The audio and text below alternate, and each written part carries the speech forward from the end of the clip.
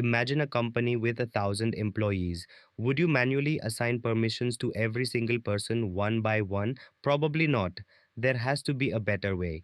Welcome to the packet journey. In this video, we're going to understand what role based access control, or RBAC, is and why organizations use it to manage permissions efficiently.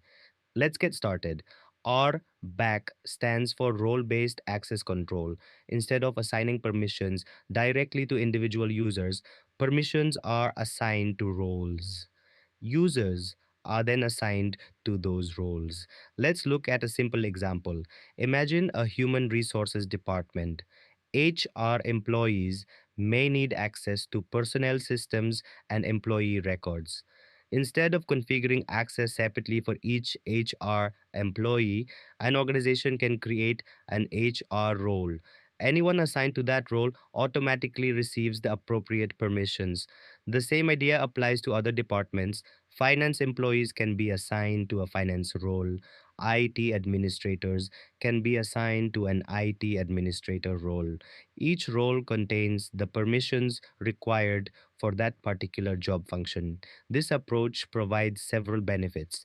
It simplifies administration, it reduces the chance of assigning incorrect permissions, and it makes onboarding new employees much easier.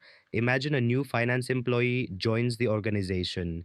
Without RBAC, an administrator might need to manually assign multiple permissions. With RBAC, the administrator simply assigns the employee to the finance role. The required access is applied automatically.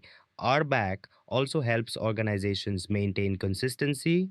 Users with the same responsibilities receive the same level of access. This supports both security and operational efficiency. You can think of RBAC like job titles within a company. When someone becomes a manager, they automatically receive the responsibilities associated with that position. The organization doesn't redefine those responsibilities every time a new manager is hired. So, in summary, RBAC simplifies access management by assigning permissions to role instead of directly to users. This helps organizations improve efficiency, maintain consistency, and reduce administrative effort. In the next video, we'll understand what a broadcast domain is and explore how broadcast traffic behaves within a network.